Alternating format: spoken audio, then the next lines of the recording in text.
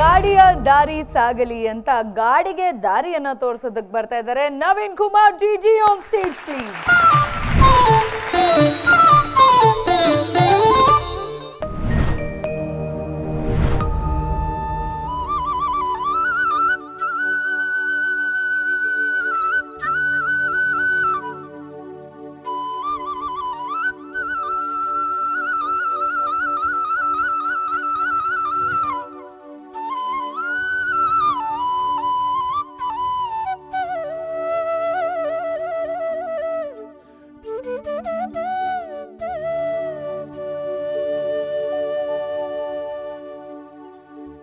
ಗಾಡಿಯ ದಾರಿ ಸಾಗಲಿ ನಮ್ಮ ಊರನ್ನು ಬೇಗ ಸೇರಲಿ,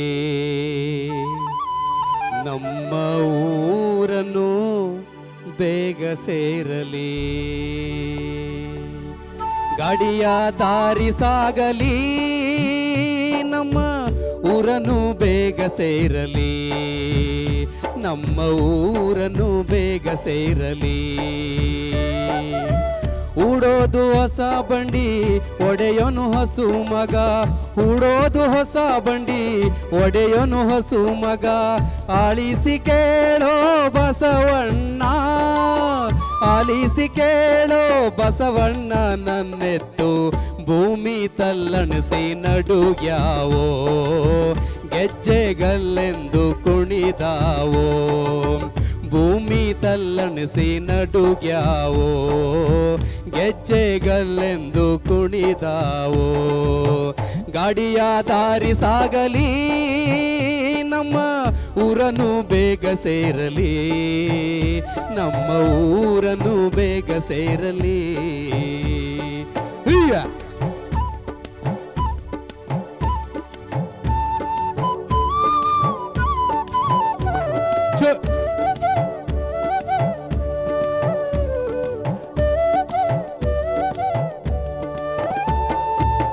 ಬಂಡಿ ಬಂಡಿ ಚಂದ ಬಂಡಿಯ ನೊಗ ಚಂದ, ಬಂಡಿ ಬಂಡಿ ಚಂದ ಬಂಡಿಯ ನೊಗ ಚಂದ. ಮುಂದಾಲೋರಿ ಮೂಕರಂಬೆ ಚಂದ, ಮುಂದಾಲೋರಿ ಮೂಕರಂಬೆ ಬಲು ಚಂದ. ಬಂಡಿಯ ಒಡೆಯೋ ನ ಮುಖ ಚಂದ, ಬಂಡಿಯ ಒಡೆಯೋ ನ ಮುಖ ಚಂದ. ಗಾಡಿಯ ದಾರಿ ಸಾಗಲಿ ನಮ್ಮ ಊರನ್ನು ಬೇಗ ಸೇರಲಿ, ನಮ್ಮ ಊರನ್ನು ಬೇಗ ಸೇರಲಿ.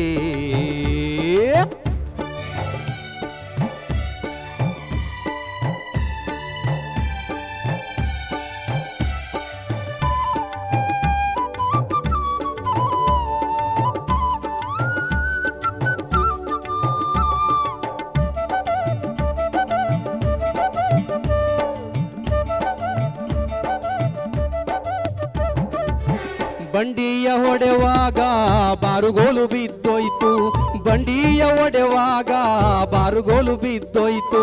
ಕಂಡ ಗೆಳೆಯಾರೇ ಕೊಡಿರಣ್ಣ, ಕಂಡ ಗೆಳೆಯಾರೇ ಕೊಡಿರಣ್ಣ, ನನ್ನೆತ್ತು ಮುಂದಕ್ ಮುರೆಜ್ಜೆ ನಡೆದಾವೋ, ಮುಂದಕ್ ಮುರೆಜ್ಜೆ ನಡೆದಾವೋ. ಗಾಡಿಯ ದಾರಿ ಸಾಗಲಿ ನಮ್ಮ ಊರನ್ನು ಬೇಗ ಸೇರಲಿ, ನಮ್ಮ ಊರನ್ನು ಬೇಗ ಸೇರಲಿ.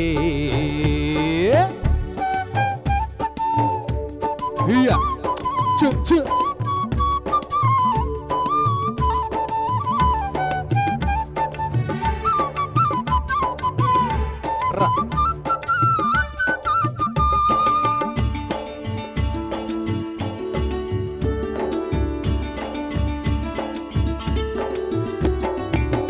ಆರು ಸಾವಿರ ಬಂಡಿ ತುಳೆದು ಹೋಗುವಾಗ, 6,000 ಬಂಡಿ ತುಳೆದು ಹೋಗುವಾಗ. ಧೂಳು ಮುಟ್ಟೀತು ಮುಗಿಲಿಗೆ, ಧೂಳು ಮುಟ್ಟೀತು ಮುಗಿಲಿಗೆ ಬಸವನ ಗೋಳು ಮುಟ್ಟೀತು ಶಿವನಿಗೆ, ಗೋಳು ಮುಟ್ಟೀತು ಶಿವನಿಗೆ. ಗಾಡಿಯ ದಾರಿ ಸಾಗಲಿ ನಮ್ಮ ಊರನ್ನು ಬೇಗ ಸೇರಲಿ, ನಮ್ಮ ಊರನ್ನು ಬೇಗ ಸೇರಲಿ, ನಮ್ಮ ಊರನ್ನು ಬೇಗ ಸೇರಲಿ. ಏ ಹೇ ಹೇ.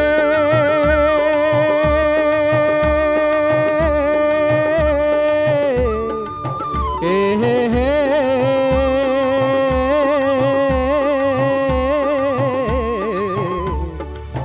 ಏ ಹೇ ಹೇ.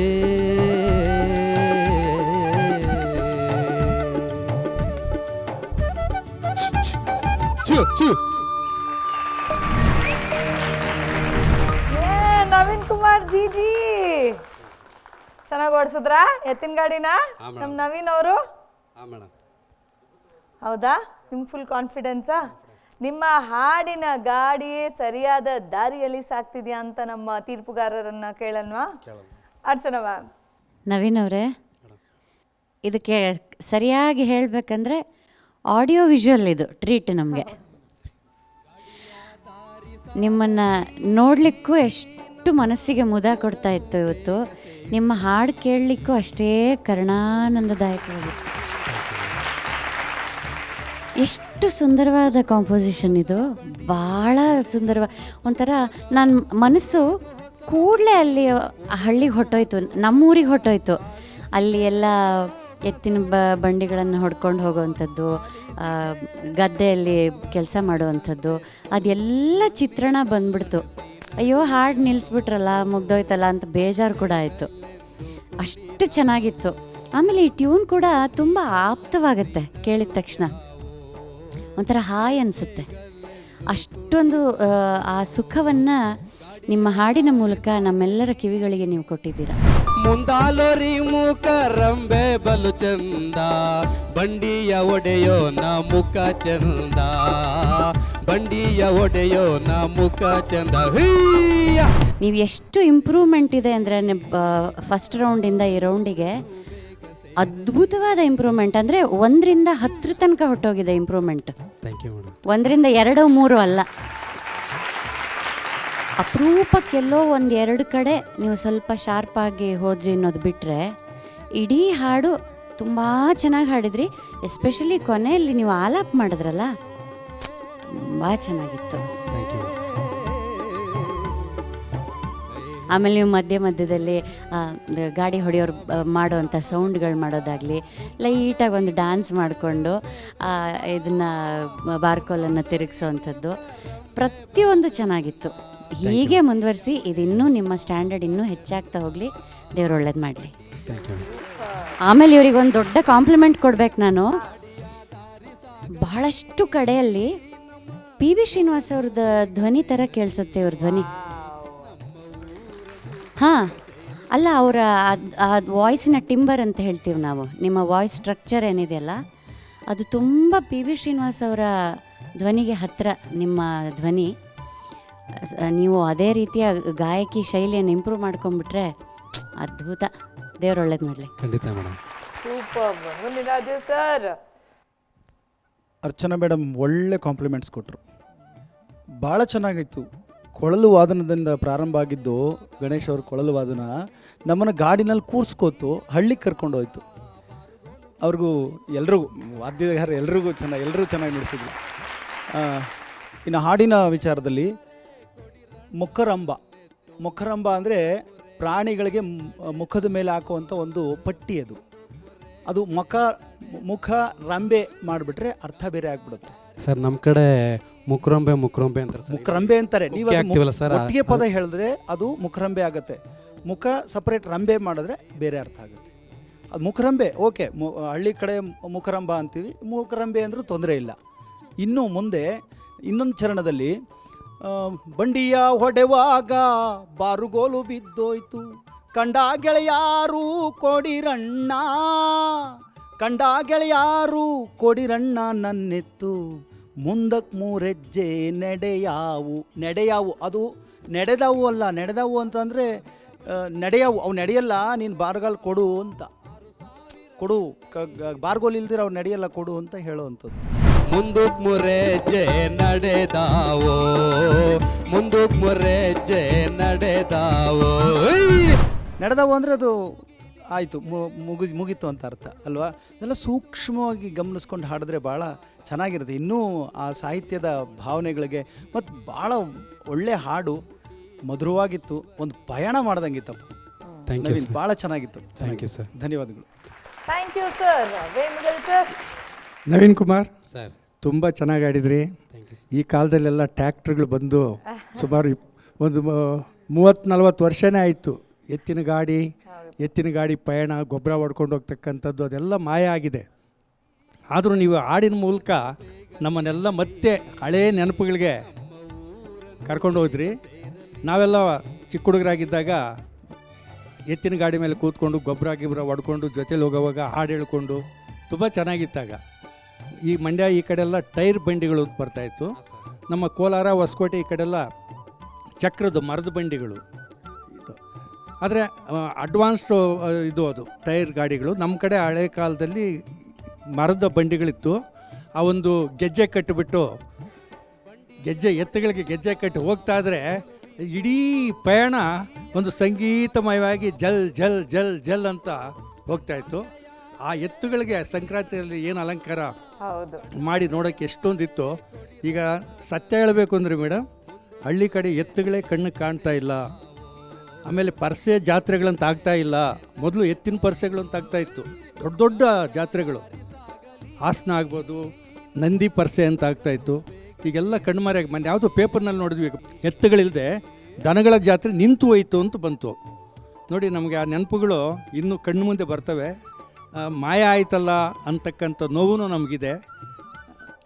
ಮತ್ತೆ ಬರೋದು ಬೇಡ ಸೈನ್ಸ್ ಆ್ಯಂಡ್ ಟೆಕ್ನಾಲಜಿ, ಮುಂದೆ ನಡ್ಕೊಂಡು ಹೋಗಿ. ನಮ್ಮಲ್ಲಿ ಮಂಡ್ಯದಲ್ಲಿ ದನಿನ್ ಜಾತ್ರೆಗಳು ನಡೀತಾ ಇರ್ತೇವೆ ಸರ್.